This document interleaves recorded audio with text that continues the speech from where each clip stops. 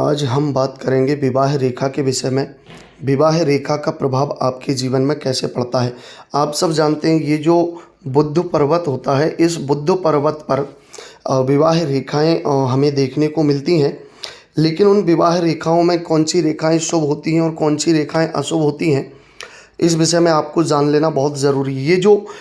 खड़ी रेखा आपको यहाँ पर ऐसे देखने को मिलती है आपके हाथ में, इसे विवाह रेखा कहा गया। ये विवाह रेखा एक हो सकती है या एक से भी ज़्यादा हो सकती हैं आपके हाथ में। अगर आपके हाथ में विवाह रेखा एक है, सीधी है, स्पष्ट है और कहीं से भी नहीं टूट रही है और बहुत सुंदर विवाह रेखा हाथ में देखने को मिल रही है, तो ये आपके सुखी वैवाहिक जीवन के विषय में बताने वाली होती है कि आपकी मैरिड लाइफ बहुत अच्छी रहेगी, आपका पार्टनर आपसे प्यार करने वाला रहेगा, आप दोनों के बीच में बॉन्डिंग्स अच्छी रहेंगी,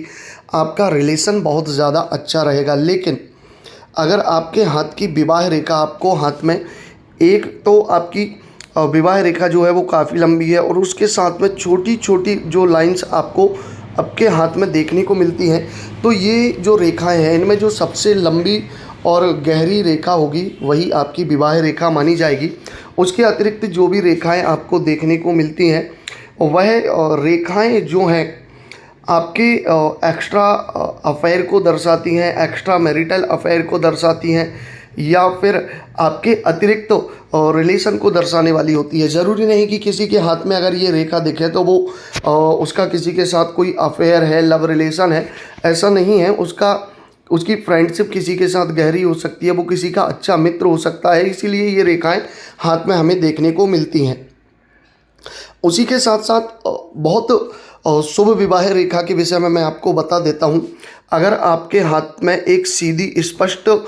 विवाह रेखा है और साथ ही आपको बृहस्पति पर्वत पर यदि इस प्रकार से स्टार का चिन्ह देखने को मिलता है, तो ऐसे जो व्यक्ति होते हैं उनकी मैरिड लाइफ बहुत ज़्यादा अच्छी होती है, उनका वैवाहिक जीवन बहुत अच्छा होता है। कहीं ना कहीं उन्हें अपने विवाह से उनके भाग्य का सपोर्ट मिलता है, भाग्योदय होता है। ऐसे लोगों के विवाह से उन्हें काफ़ी धन प्राप्त होता है, ससुराल की तरफ से काफ़ी संपत्ति प्रॉपर्टी भी मिलने के योग नज़र आ जाते हैं। तो ये विवाह रेखा इस तरह के योग करने वाली मानी जाती है।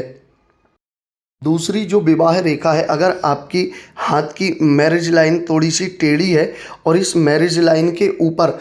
किसी भी जगह से जहाँ से आपकी जो विवाह रेखा है उस पर अगर आपको इस प्रकार से द्वीप का चिन्ह अगर आपको देखने को मिल रहा है या फिर सांकल नुमा, जंजीर नुमा आपको अगर आपकी विवाह रेखा देखने को मिलती है, तो ऐसी जो विवाह रेखा होती है, ऐसे जो कपल होते हैं विवाह के बाद ये दोनों एक दूसरे के साथ नहीं रह पाते हैं, एक दूसरे से खुश नहीं होते हैं और कहीं ना कहीं इनकी जो मैरिज लाइफ है वो काफ़ी प्रॉब्लम्स देने वाली होती है। कई बार देखा गया है कि ऐसे व्यक्ति अपने घर में विवाह के बाद साथ तो रहते हैं लेकिन दोनों में प्रेम नहीं होता है, दोनों का रिलेशन बहुत अच्छा नहीं होता है, मतलब केवल नाम का इनका रिश्ता होता है लेकिन बहुत गहराई तक इनका रिश्ता देखने को नहीं मिलता है। कई बार इनकी मैरिड लाइफ में बहुत बड़े बड़े झगड़े हो जाते हैं, बहुत दिनों तक ये दोनों अपने रिश्ते को भूलकर अलग भी रह लेते हैं, तो ऐसा योग भी इस विवाह रेखा से बन जाता है। तीसरी जो विवाह रेखा है, अब अगर आपके हाथ में विवाह रेखा इस प्रकार से टूटी हुई है, बीच बीच में से अगर टूट रही है, खंडित विवाह रेखा है, तो ऐसे जो जातक होते हैं वो उनका एक तो विवाह बहुत देरी से होता है या कई बार विवाह होता भी नहीं है। कई बार विवाह के योग बनने के बाद भी टूट जाते हैं, सगाई होने के बाद टूट जाते हैं, एंगेजमेंट टूट जाती हैं या कई बार दोनों की जो है रिलेशन काफ़ी समय पहले हो जाता है, दोनों एक दूसरे से बात करते हैं लेकिन आपसी मनमुटाव होने लगता है, दोनों को एक दूसरे का नेचर पसंद नहीं आता है, दोनों एक दूसरे से काफ़ी लड़ाई झगड़ा कर लेते हैं सगाई होने के बाद, एंगेजमेंट के बाद भी। तो इस स्थिति में भी ये विवाह जो रेखा है जो अगर बार बार टूट रही है, तो इस स्थिति में दोनों का विवाह टूट जाता है, मैरिज लाइफ उनकी अच्छी नहीं होती है या शादी किसी मजबूरी में करना भी पड़ जाए तो शादी के बाद भी विवाह टूटने के योग बहुत ज़्यादा बन जाते हैं। अगर आपके हाथ में विवाह रेखा जो मैरिज लाइन है, अगर उस मैरिज लाइन से निकलकर कोई रेखा हार्ड लाइन, अर्थात ये जो लाइन है इसे हृदय रेखा कहा जाता है, इस हार्ड लाइन को अगर वो स्पर्श कर ले या इस रेखा से निकलने वाली कोई भी रेखा हार्ड लाइन का स्पर्श करे, तो इस स्थिति में व्यक्ति अपने मन के मुताबिक अर्थात अपनी इच्छा के अनुसार लव मैरिज करने वाला होता है, लेकिन उसकी लव मैरिज सक्सेसफुल नहीं होती है। कई बार देखा गया है कि ऐसे व्यक्ति का मन केवल रिश्ते को निभाने में नहीं बल्कि बार बार नए शरीर के सुख भोगने में, अर्थात ऐसा व्यक्ति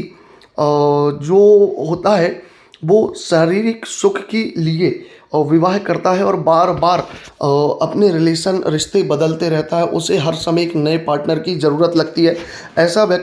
ऐसा जो व्यक्ति है वो रिलेशन में प्यार को कम, फिजिकल रिलेशन को ज़्यादा महत्व देने वाला होता है। तो इसी कारण उनका विवाह भी टूट जाता है या फिर वो बहुत समय तक अपने किसी एक जीवन साथी के साथ नहीं रह सकते हैं। ऐसा जो हाथ है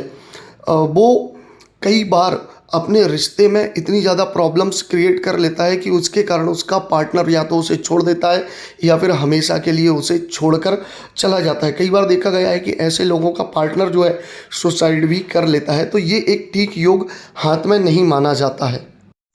आप लोगों के मन में एक बात ज़रूर आती होगी,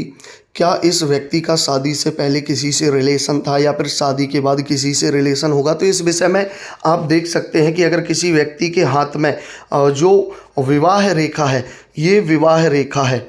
तो इस विवाह रेखा से पहले उंगली की तरफ जितनी भी रेखाएं होंगी, यह रेखाएं बताती हैं कि इस व्यक्ति का शादी से पहले जितनी भी रेखाएं होंगी उतने रिलेशन उसके होंगे। उसके बाद जैसे ही ये हार्ड लाइन है, हार्ड लाइन की तरफ अगर विवाह रेखा के बाद अगर आप चलेंगे तो यहाँ जितनी भी रेखाएं आपको देखने को मिलेंगी, ये सारी रेखाएं विवाह के बाद रिलेशन के विषय में बताने वाली होती हैं कि शादी के बाद इस व्यक्ति का किन लोगों से रिलेशन है, अफेयर वगैरह है। तो इन सारी चीज़ों को आप इस तरह से देख सकते हैं। हालांकि जो शुरुआत होती है वो इस जगह से होती है और अंत जो है वो इस जगह पर होता है, और जो सबसे गहरी और लंबी रेखा होती है उसी को विवाह रेखा कहा जाता है।